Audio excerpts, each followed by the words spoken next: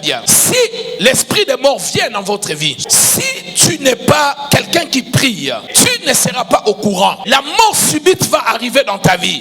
Tu vas te réveiller, tu vas commencer ta journée comme il faut, mais à un moment tu vas tomber, tu vas mourir. Ça c'est pour les personnes qui ne prient pas, qui sont dans la distraction. Les gens qui prient, lorsque l'esprit de mort tourne autour de vous, des choses vous arrivent. Si vous êtes un esprit fort, vous-même vous allez commencer à faire le rêve. Les rêves des gens qui sont morts, les rêves vous vous trouvez dans des cimetières, les rêves vous êtes dans des deuils, les rêves où vous-même vous êtes décédé. Lorsque vous voyez ces choses-là, ou des parents qui sont morts, qui reviennent dans vos songes, c'est un message que les messagers des morts ne sont pas très loin. Ils sont venus pour emporter votre vie, partir avec vous pour vous détruire. Mais si vous n'êtes pas un esprit fort, les autres vont rêver de vous. Ils vont vous dire, j'ai fait un son sur toi cette nuit. Cette nuit, j'ai vu que tu étais mort. Cette nuit, j'ai vu que tu as fait un accident. Cette nuit, j'ai vu que tu étais à l'hôpital. Et malheureusement, tu étais mort. Ne déconsidérez pas ces choses. Prenez cela au sérieux et entrez dans la prière pour briser cet esprit.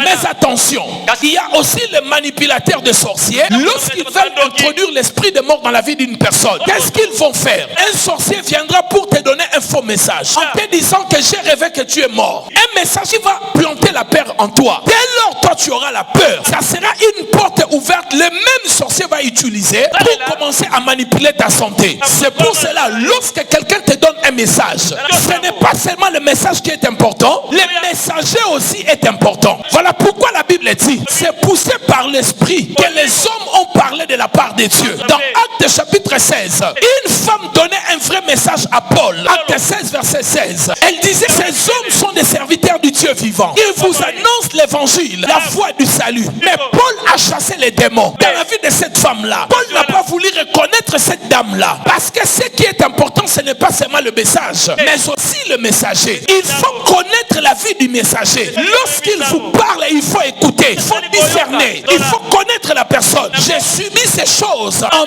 1998 ou 99. Une sorcière m'a donné un message. La même nuit, je suis tombé malade sérieusement. Et cela est devenu une expérience pour moi. Je n'accepte pas tous les messages. Un moment, mon épouse était enceinte.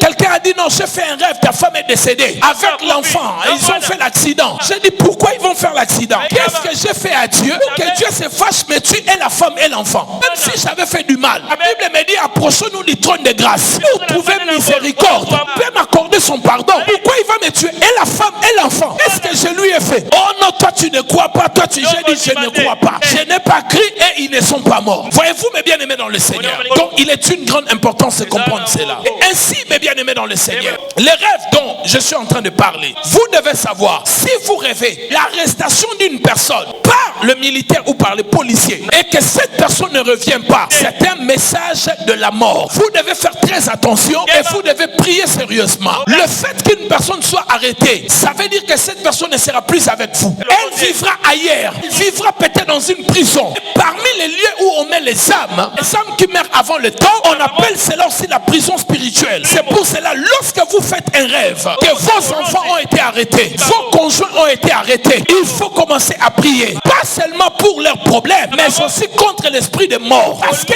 très souvent, c'est l'esprit de mort. Je vous ai parlé d'une dame. Elle a fait un rêve. Elle a vu son père qui était arrêté par les policiers. Elle s'est battue pour récupérer son père. Cela était impossible. Son père est parti avec les policiers. Le papa a donné quelques livres à sa fille. Quand elle se réveille, elle n'arrive pas à interpréter les songes. Dans la journée, on l'appelle pour lui dire papa est mort cette nuit. En mourant, il a laissé plutôt quelques livrets de parcelles pour toi. Si la fille avait compris, dans ces songes-là, Dieu lui parlait de la mort. Et que les agents de la nuit, les militaires et les policiers qu'elle voyait, dans les songes, c'était les agents de la nuit.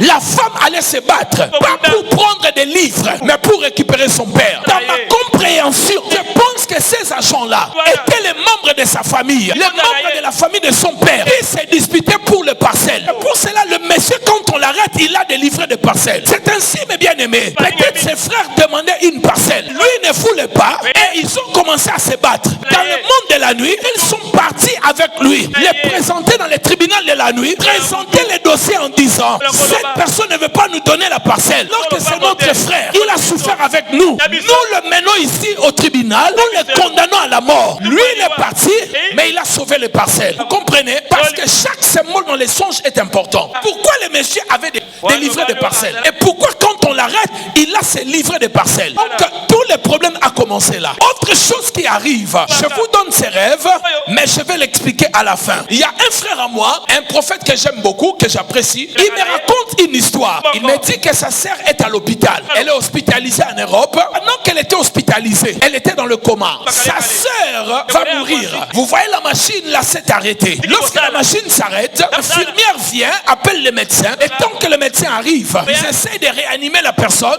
et puis la dame revient à la vie. Quelques mois après, quand elle est sortie du coma, voici ce qu'elle va dire à son grand frère, qui était prophète. Il dit à son grand frère, à un moment je suis morte, je suis allé dans l'au-delà. J'étais morte et je suis allé au-delà. Quand j'arrive là-bas, je rencontre 4 personnes en cagoule noire qui sont venues me chercher et qui partaient avec moi. Pendant qu'ils partaient avec moi dans une destination que je ne connaissais pas, en ce moment-là, je te vois apparaître. Tu leur poses la question, où est-ce que vous partez avec ma soeur? Ils ont commencé à bégayer. Et il a crié sur ces gens-là. C'est la petite sœur qui dit à son frère, tu as crié sur ces personnes-là. Tu les as menacées et tu m'as regardé. Tu m'as dit, petite sœur, rentre à la maison. C'est alors que je pense que je suis rentré à la vie. En ce moment-là, quand on l'a réanimée, la personne est rentrée dans la vie. Elle est rentrée dans la vie. Pourquoi? Parce qu'il y avait un ange intercesseur. Lorsque vous avez quelqu'un qui est malade, ne cessez pas de prier. Si la personne n'est pas partie, même si elle part, avant de l'enterrer, prenez même 10-15 minutes de prier. Si c'est une mort qui n'est pas dans la volonté de Dieu, cette personne reviendra à la vie. Ah, tu ne me dis pas amen. Quelqu'un me dit amen bien.